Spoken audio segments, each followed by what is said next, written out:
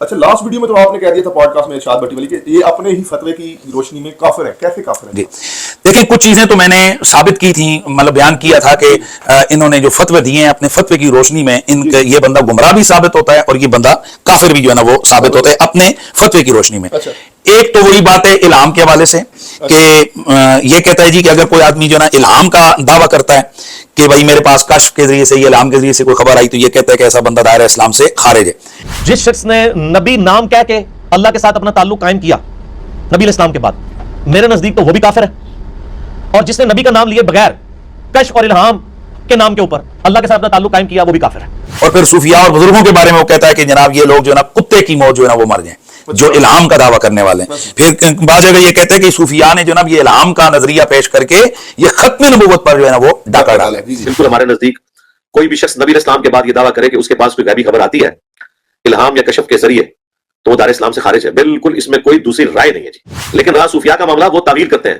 انہیں پتہ ہے کہ انہوں نے کتنا بڑا کام ڈالا ہے. وہ کہتے ہیں یہ کشف الہام اس شخص کے لیے حجت ہے، وہ اس کو لوگوں پہ نہیں پیش کر سکتا. اندر سے ان کو ضمیر ملامت کر رہا ہے کہ انہوں نے یہ ڈاکہ مارا ختم نبوت کے اوپر. تو انہوں نے اپنے کتے کو حلال کرنے کے لیے کہا نہیں یہ تو ہمارے لیے ہے، تو خوشخبری کے طور پہ ہم اس کو دین کے طور پہ نہیں بتاتے، نہ کسی کا اس پہ چلنا کوئی واجبیت کسی کے اوپر ہو جاتی ہے. تو اتنا بڑا پنگا لے رہے کیوں جب تمہیں خود کانفیڈنس نہیں ہے؟ اس سے بہتر ہے کتے کی موت مر جاتے ہیں یہ بکواس کرنے سے پہلے، امت کو اتنے بڑے عذاب میں ڈالنے سے پہلے کہ بعد میں غلام قادیانی دجال جیسے لوگ جو ہے وہ تمہاری باتوں کا قبلی لیں.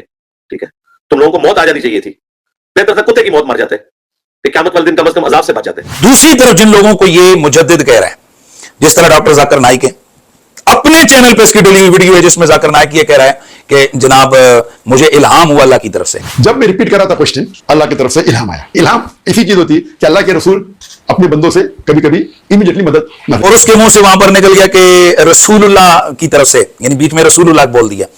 بعد میں اسے یاد دلایا گیا تو ذاکر نائک نے کہا کہ نہیں میں لفظ رسول اللہ نہیں میں اللہ بول رہا تھا، میرے منہ سے رسول اللہ نکلا. الہام میں اللہ کی طرف سے مدد آتی. میں نے غلطی سے کہا اللہ کے رسول کی طرف سے مدد آتی. میں ہوتا ہے نا شپ آف دا ٹنگ کیا کہتے ہیں زبان پہ چلنا جی زبان پہ چلنا زبان پہ ہمیں سبتا تیرے سامنے شپ آف دا ٹنگ. تو تمہیں بیٹے بنا ماشاءاللہ بچے پکڑانے بھی دیکھے 5 ملین لوگ نے دیکھ لے کتنے پکڑانے کوئی بھی بولے گا شپ آف دا ٹنگ.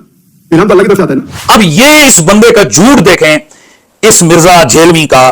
ابھی اس کی لیٹسٹ جناب وہ امریکہ کے کوئی ہیں صاحب، ان کو اس نے جناب والا پوڈ کاسٹ کی اس کے ساتھ.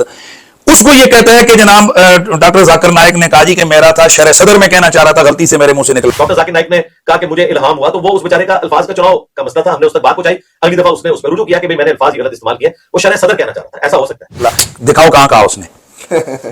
مطلب اتنا جھوٹا آدمی ہے یار یہ. اس کیمرے کی دنیا کے اندر جہاں کیمرے میں ہر چیز اس کی ریکارڈ موجود ہے اس میں یہ بندہ جھوٹ بول رہا ہے. بھائی ذاکر نائک نے جو رجوع کیا تو ذاکر نائک نے کہا کہ میں نے جو رسول کا لفظ بولا ہے رسول کی طرف سے الہام نہیں ہوتا، اللہ کی طرف سے ہوتا ہے. تو جب یہ خود الہام وہ مان رہا ہے کہ بھائی ہوا ہے اور پھر یہ اپنی طرف سے کہتے ہیں نہیں وہ یہ کہنا چاہ رہے تھے، بھائی تو کیسے کہتے وہ کہنا چاہ رہے تھے. اور اب اس نے ایک نیا پینتر بدلا، اس کو پتا ہے کہ اڑنگے میں یہ آ گیا ہے اور یہ اپنے جناب جو نا ان کی وجہ سے یہ پکڑا گیا. اب اس نے ایک نیا شرلی چھوڑی، یہ کہتا نہیں وہ یہ خفی. پہلے کہتا تھا لفظ الہام، اب لفظ الہام بولنا چھوڑ دیا، کہتا ہے نہیں وہ یہ خفی. تشریح کر رہی نہیں وہی خفی. بھائی وہی کیا بات یہ ہے کہ الہام کی تو نے بات کی ہے کہ جو بندہ الہام کی بات کرے وہ بندہ کافر ہے. پھر پورے کلپ موجود ہے ڈاکٹر اسرار صاحب کے. علامہ البانی جو ہے اس کا بابا، اس نے پورے الہام کو تسلیم کی ہے. اسی طرح سے الفوز الکبیر کے اندر شاہ ولی اللہ محدث دہلوی رحمۃ اللہ علیہ نے انہوں نے فرمایا جی کہ جناب مجھے الہام ہوا. ٹھیک ہے. پھر اسی طریقے سے مولانا مودودی صاحب ترجمان القرآن کے اندر انہوں نے لکھا ہے جناب کہ جی الہام کے حوالے سے انہوں نے پوری بات کی ہے. پھر اس کا جو بابا اسحاق ہے جس کو یہ جناب مجدد کہتا ہے، بابا اسحاق نے تو پورے جناب اس کے اوپر ویڈیو بنائی ہوئی ہیں، ایک نہیں کئی ویڈیوز ہیں.